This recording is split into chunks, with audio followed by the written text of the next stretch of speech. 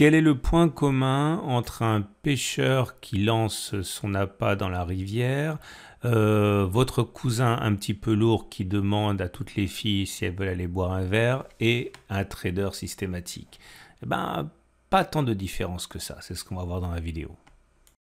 Salut, c'est Trado, content de vous retrouver pour la mise à jour de l'analyse technique du CAC 40 et comme vous pouvez le voir, un coup de canif quand même dans la progression haussière. Alors ça n'a l'air de rien comme ça, 0,56% de baisse, mais on n'était pas non plus très habitué à des séances décevantes et c'en est une et plusieurs choses à remarquer. Tout d'abord, même s'il est minime, eh bien il y a un gap ici qui a été ouvert. Vous voyez qu'il n'y a pas de cotation entre les plus hauts de la dernière bougie et les plus bas de la dernière bougie et les plus hauts de la bougie présente.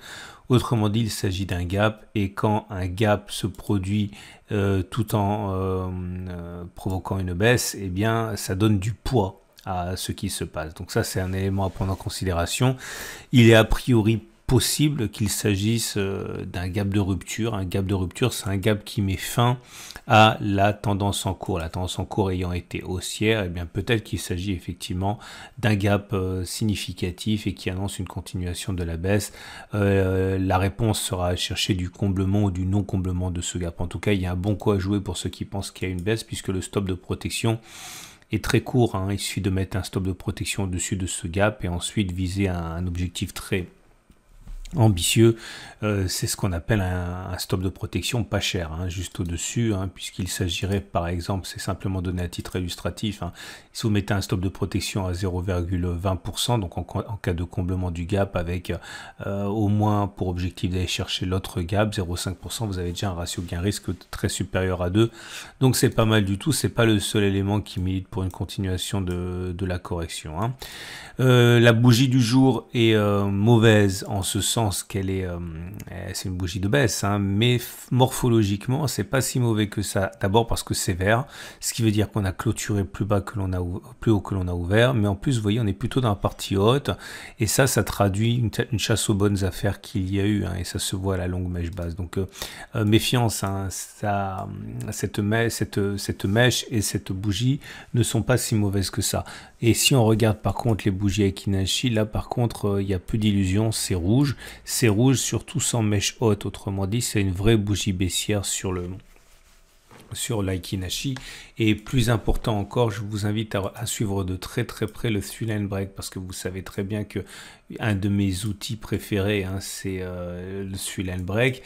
Et lorsque l'on a un bloc rouge, on a rarement un seul bloc rouge. Alors attention, je répète, et pour l'instant c'est pas encore le cas, mais vous voyez que ne faites pas attention aux petits pouces bleus et rouges. Simplement, regardez, quand il y a un bloc rouge, on a beaucoup plus souvent une série de blocs rouges, comme ici, comme là, ou comme là, ou comme là, qu'un seul bloc rouge comme ici, ou comme là. Si j'en parle, c'est parce que pour l'instant, on n'a pas de bloc rouge, mais si demain, on devait en avoir un suite à la mauvaise séance sur les marchés américains, eh bien, sachez que vous pourriez prendre un coup d'avance sur ma vidéo et engager déjà un trade dans le sens d'une continuation de la baisse. Pour avoir ce bloc rouge, il faudrait clôturer en dessous du dernier bloc, enfin le troisième bloc, 1, 2, 3, c'est ici, donc en dessous de 7518 environ, on aurait un bloc rouge si on clôturait en dessous. Donc voilà, un petit coup d'avance sur ce qui pourrait se passer.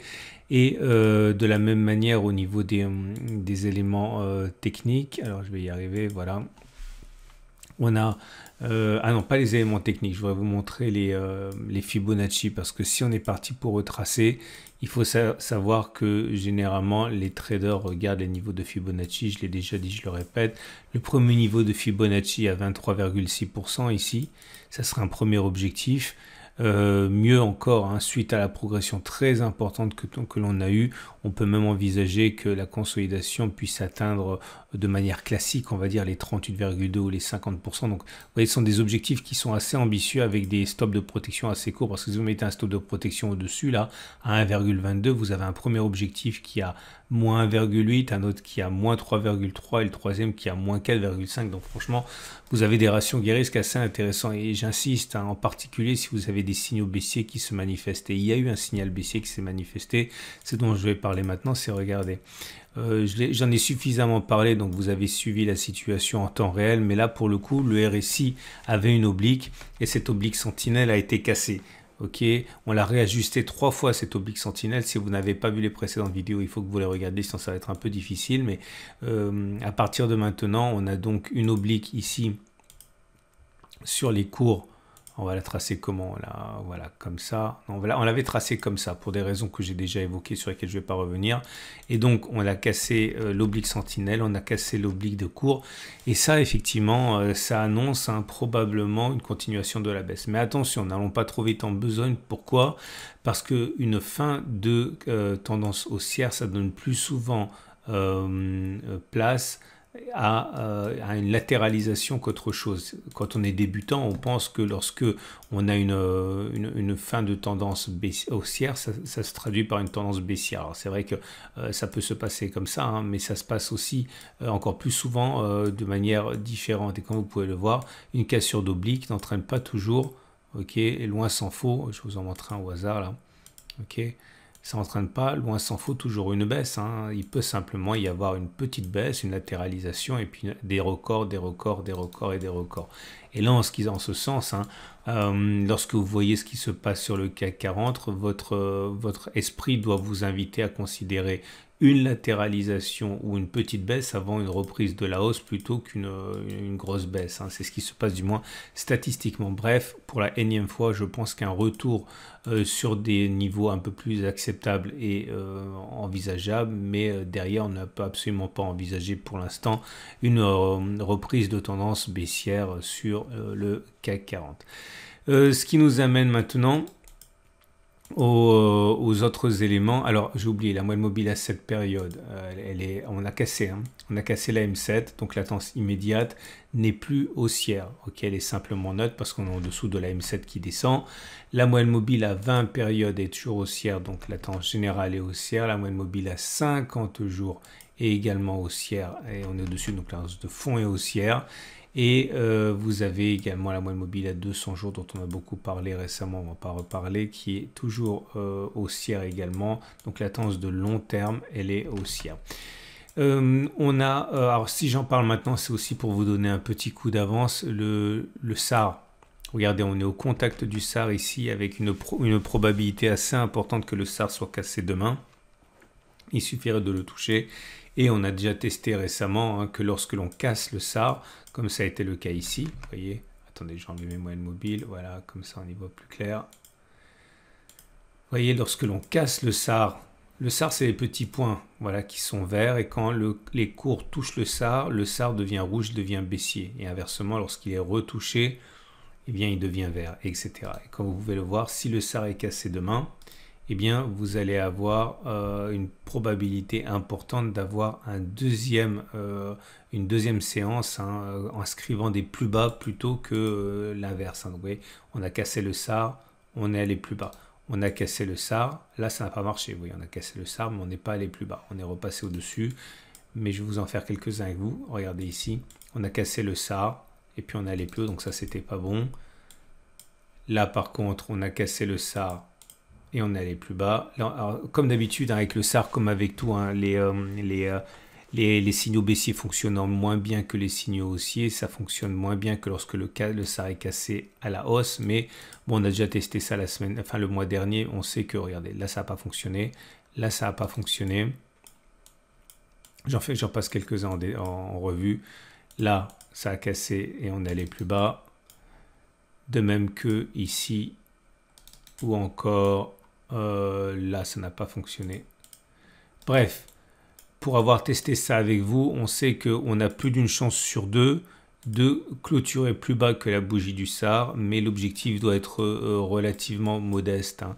Donc, on a juste suffisamment de matière pour parier sur le fait que si on casse le SAR demain, c'est-à-dire qui est ici, eh bien normalement on devrait aller plus bas. Mais voilà. Tout ça milite simplement pour une fin de tendance haussière, mais je le dis pour la 4e fois, fin de tendance haussière ne veut pas dire tendance baissière. Fin de tendance haussière veut dire généralement latéralisation avant éventuellement de repartir à la hausse.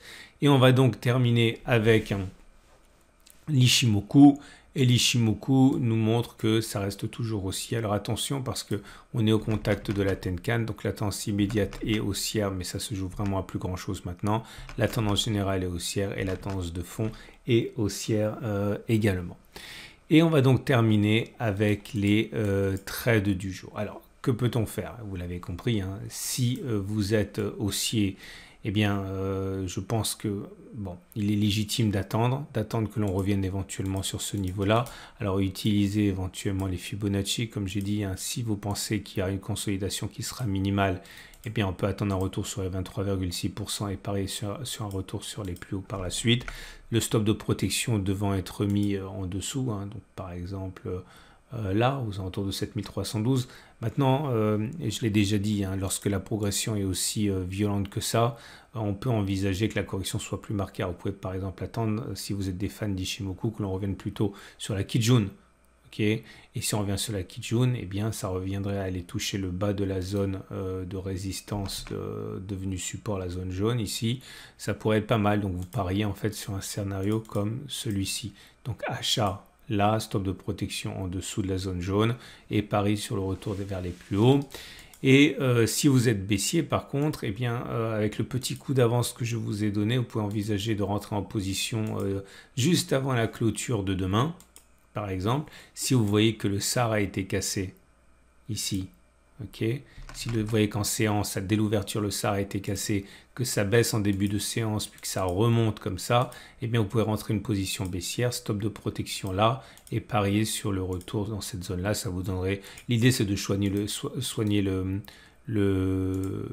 ratio gain-risque, donc avec un objectif à 2% par exemple, et un stop de protection à 1,3. Ça vous donne un ratio gain-risque de 1,6, et vous avez pas mal de statistiques en votre faveur avec les choses qu'on a backtesté, notamment le SAR qu'on a vu le mois dernier, etc., etc. Donc voilà, vous voyez, vous avez pas mal de raisons de penser qu'une petite correction est la bienvenue. Alors j'aimerais, pour terminer, parce que j'ai pas backtesté, parce que j'ai pas envie de rebacktester des choses que j'ai backtestées récemment, je vais vous dire une petite anecdote dont j'espère qu'elle aura l'effet escompté. Ok.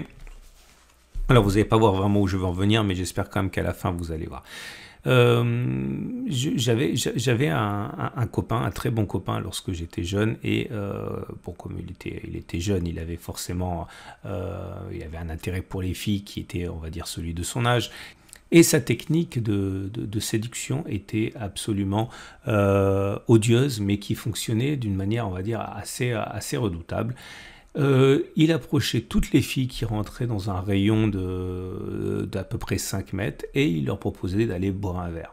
Okay, et on va dire que ça a échoué 90 fois sur 100, mais il pouvait le faire une bonne vingtaine de fois dans l'après-midi quand on se promenait, etc. Et donc, il allait demander 20 fois à une fille si elle voulait boire un verre avec lui, qui ne connaissait ni d'Ève ni d'Adam, et puis bon, ça allait sans doute échouer 19 fois sur 20, mais une fois sur 20, eh bien, la jeune fille acceptait d'aller boire un verre avec lui, alors que elle ne le connaissait pas du tout. Et ce que je veux vous dire derrière ça, c'est que, en fait, le trading, c'est un petit peu pareil, c'est-à-dire que vous ne savez absolument pas, okay, quel trade va fonctionner. Vous savez simplement que les statistiques, eh bien, vous disent que dans X cas sur Y, ceci va se produire. Après, s'il se trouve que ces valeurs X, Y font que le trade et la stratégie sont viables et rentable et profitable sur le long terme, vous n'avez pas d'autre choix que de faire encore et encore et encore le même trade pour espérer au bout de 100 fois ou 200 fois ou 1000 fois dégager une stratégie et des revenus qui vont dans le sens de ce que vous avez théoriquement calculé. De la même manière que mon pote, eh bien, il savait très bien que 19 fois sur 20, eh bien, il allait se prendre une veste, mais que la 20e fois, il allait avoir un rendez-vous galant et avoir ce qu'il voulait. Et le trading, en ce sens, c'est exactement pareil. C'est-à-dire que lorsque vous avez une méthode qui a été avérée, qui s'est avérée efficace, etc., vous n'avez pas le choix que de la faire encore et encore. Et là, si j'en parle, c'est parce que vous avez cette histoire d'oblique que j'avais tracé sur les récits. Vous savez très bien, on en a parlé, c'est un petit peu le fil conducteur ces 2 dernières semaines. J'ai réajusté l'oblique du SAR 3 fois. Enfin, pas du SAR, l'oblique du RSI 3 fois avant d'assister finalement à sa cassure. Est-ce que cette fois-ci est la bonne? Est-ce que comme ici, eh bien, on va assister à une correction importante de 3, 4, 5%. Je la trace mal, mais regardez les précédentes vidéos. Je ne sais pas, mais je sais que à force de faire ça encore et encore, au bout d'un moment, on finit par attraper un gros poisson, un petit peu comme quand on jette son appât dans une rivière. On peut le faire 5, 10, 15, 20 fois.